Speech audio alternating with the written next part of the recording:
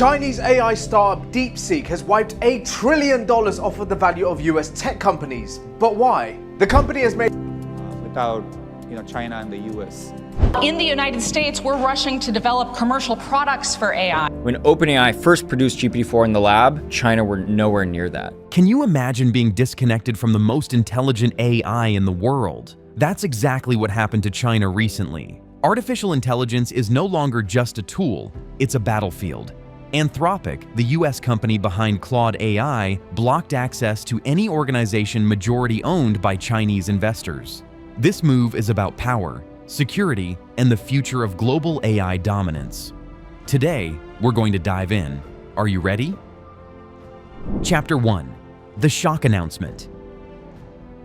In September 2025, the US artificial intelligence powerhouse Anthropic, best known for its Claude AI models, stunned the global tech world.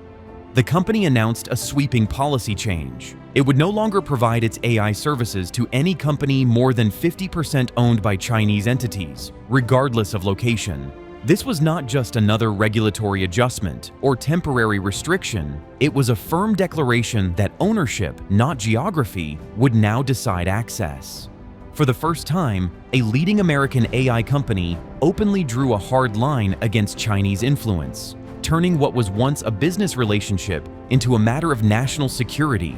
The move sent shockwaves through boardrooms and governments alike, as corporations with Chinese investments scrambled to assess eligibility, and policymakers recognized the decision as a symbolic escalation in the ongoing US-China tech rivalry. By cutting off not only Chinese companies, but also foreign subsidiaries under Chinese control, Anthropic positioned itself as more than a commercial player. It became a gatekeeper of critical technology, signaling that AI had entered the realm of geopolitical power struggles.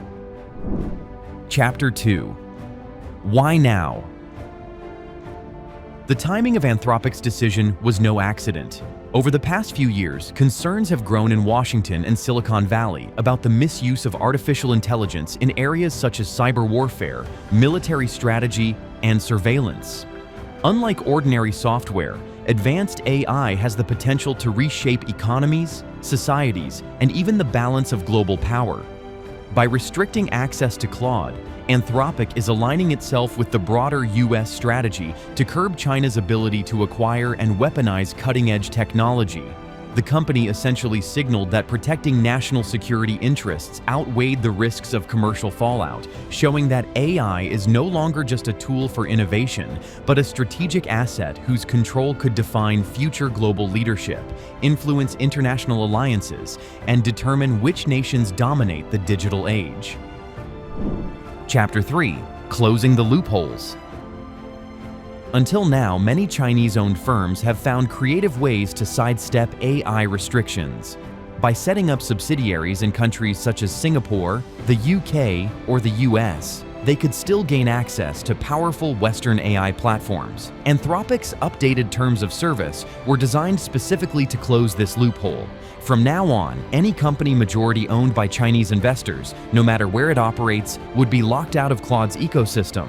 This shift directly impacts massive Chinese tech giants like Alibaba, Tencent, and ByteDance, whose global networks have long relied on international partnerships to maintain their competitive edge. By targeting ownership structures rather than just physical location, Anthropic has effectively redrawn the boundaries of access, sending a clear message that legal workarounds will no longer shield Chinese influence in the race for AI supremacy. Chapter 4. The Financial Trade-off. Of course, a decision of this magnitude does not come without costs. Analysts estimate that Anthropic could lose hundreds of millions of dollars in potential revenue by cutting off such a vast pool of clients. Yet the company's leadership has framed this as a sacrifice worth making. By prioritizing US interests and democratic values over immediate profits, Anthropic is betting on long-term stability and strategic dominance in AI. The message is clear. The company sees itself not just as a business, but as a guardian of technology, responsible for ensuring that advanced AI does not fall into the wrong hands, even if that means reshaping global market dynamics and accepting financial sacrifices today for far greater strategic influence tomorrow. Chapter 5. China Fights Back. China, unsurprisingly, was quick to respond. Within days, Chinese AI startup Zhipu stepped forward with a counteroffer. It invited companies locked out of Claude to migrate to its own GLM 4.5 model, promising a smooth transition. To sweeten the deal, Zhipu offered incentives such as 20 million free tokens and heavily discounted developer packages, reportedly priced at just 1/7 of Claude's rates, while offering 3 times the usage capacity. This aggressive move highlighted China's determination to strengthen its domestic AI ecosystem and reduce reliance on American technologies. In effect, Zhipu's response turned Anthropic's ban into an opportunity for Chinese firms to rally behind their own innovations. Chapter 6. The Bigger Picture. Anthropic's decision cannot be seen in isolation. It is part of a much broader struggle between the United States and China over technological dominance.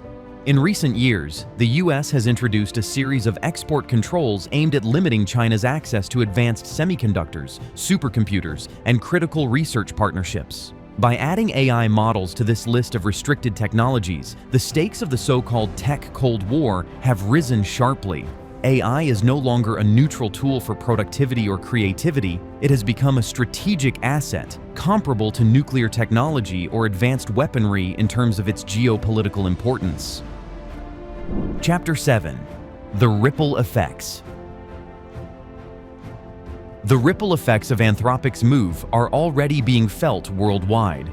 Multinational companies with partial Chinese ownership now face the sudden loss of access to one of the most advanced AI platforms on the planet. Startups and global research teams that relied on Claude for their workflows will have to scramble for alternatives. Meanwhile, the decision deepens the AI divide, pushing Western businesses further toward US models like Claude, OpenAI's GPT, and Google DeepMind, while Chinese enterprises double down on homegrown solutions.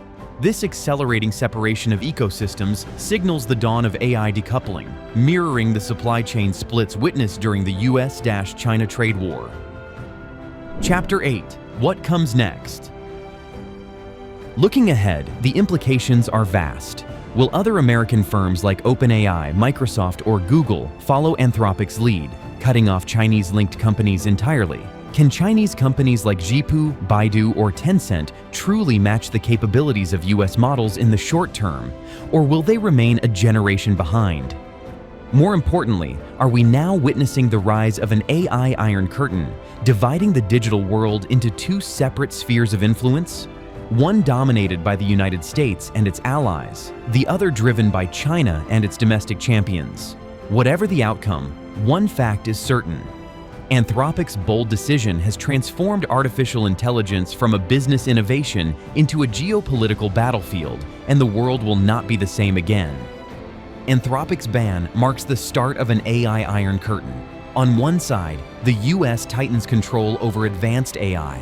On the other, China accelerates its homegrown alternatives. The race for AI supremacy has begun, shaping the future of technology, security, and global power.